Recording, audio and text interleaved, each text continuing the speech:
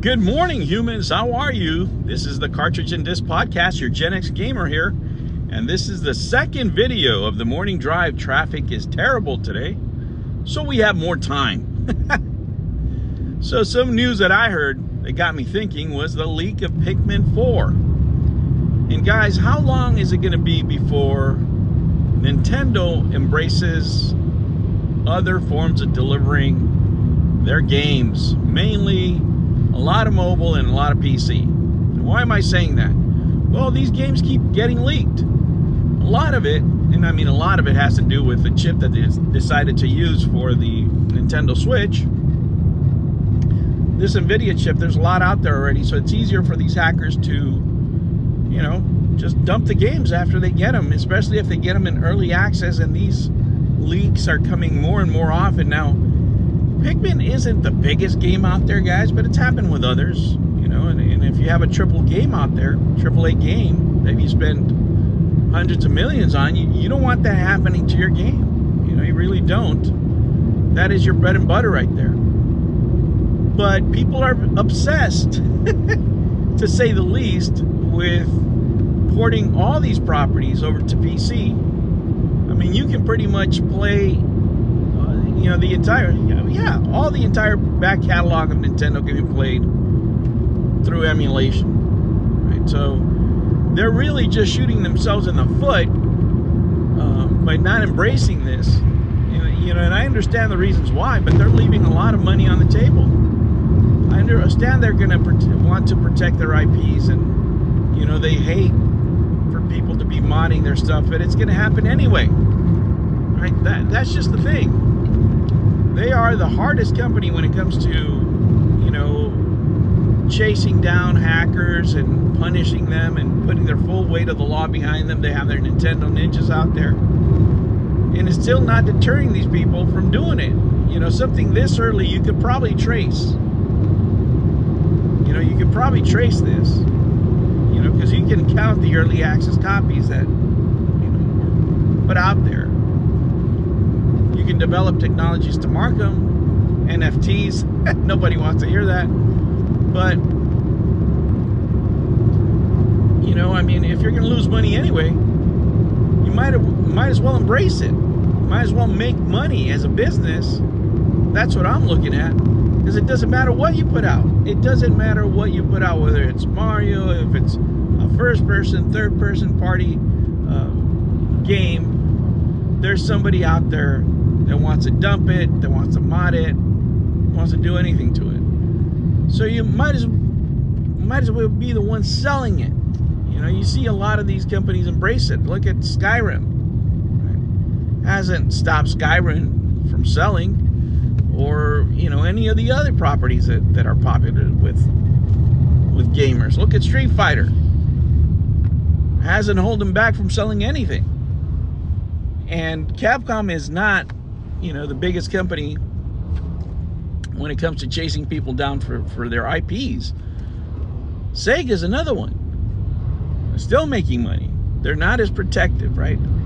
I understand that they want to keep, right, some properties really tight down. So, for example, Mario. I'm going to give you an example why they want to keep this down. Mario, you don't want to see Mario doing stupid stuff, right? Because Mario is their IP, it's their flagship, it's what runs their theme parks and all that. So you don't want to see Mario doing stupid stuff, but it's going to happen anyway.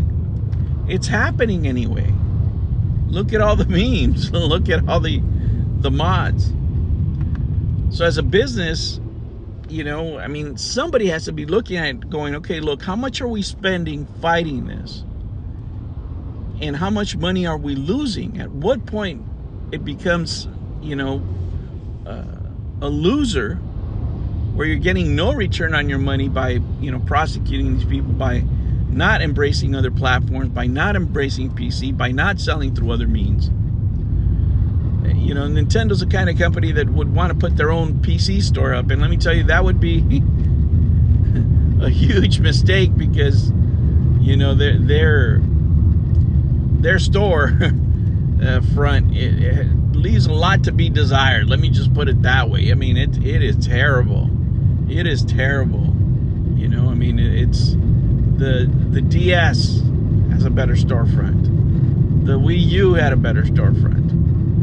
And they're just not adept at those things. But, you know, I mean, they can fight City Hall as much as they want to, but this is what the internet wants to do, and this is what the market is driving. And if they're, you know, if you have a huge market up there of PC users that refuse to buy a handheld console, that only want to play your games to the PC, why not give them the service? Right? You see the Game Pass out there, right? You see how that's working. You know, I mean, there's other ways of doing it, and just sell it through Steam. I mean, I'm sure they don't want to pay the, you know, 30% or whatever the hell Steam is charging.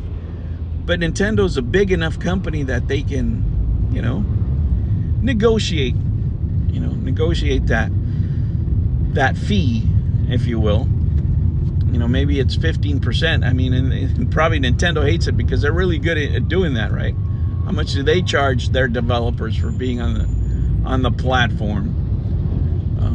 So, you know, I mean, what are you going to do? Pikmin is out already.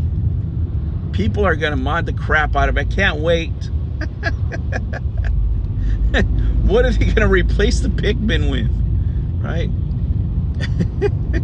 I know they're going to do the Minions, right? They're doing that one right away. But you could put, you know, whatever you want. You could put your favorite politician in there. You could put, you know, Mario's in there. You could put all kinds of things. So, I mean, you can see why people see it. And this is a form of revenue that they're not even thinking about, right? Nintendo's not even thinking about this because that's not the way they think. But can you imagine playing Pikmin and then you can microtransaction the characters that you want? You can, you know, buy different skins for them, if you will. And not only, you know, tied to Nintendo, but others, you know, just like they're doing in Super Smash Brothers. And these companies sometimes are short-sighted, and sometimes you have to listen to what the people are telling you. You have to listen to what people are doing. If you go into the emulation market, for example, and I don't know why more companies don't do this, look at the emulation market and look at what people are emulating, and they'll tell you exactly what they want. They'll tell you exactly what they want to pay for, right? And sometimes it's so obvious that people, you know, just don't do it. I mean, Capcom. Look at Capcom. Capcom could have an NC-17 version of Street Fighter 6, right? And mostly adults are playing Street Fighter, so that's not controversial. You can have the vanilla, you know, flavored for the younger people, and then you can have the adult version of Street Fighter, you know. Maybe they want to put the money into it, but if they did it, you know it would sell, because look at what people are doing. Look at what people are doing with Pac-Man. Look at what people are doing with Mario. Look at what people are doing with different franchises. I think thinking this way is just an old dinosaur way of looking at business, and at some point Nintendo needs to embrace new technologies. They need to embrace the PC market and accept that more and more people are going to be playing their titles, their IPs, on cell phone and on PC. Alright guys, that was my second video for the day.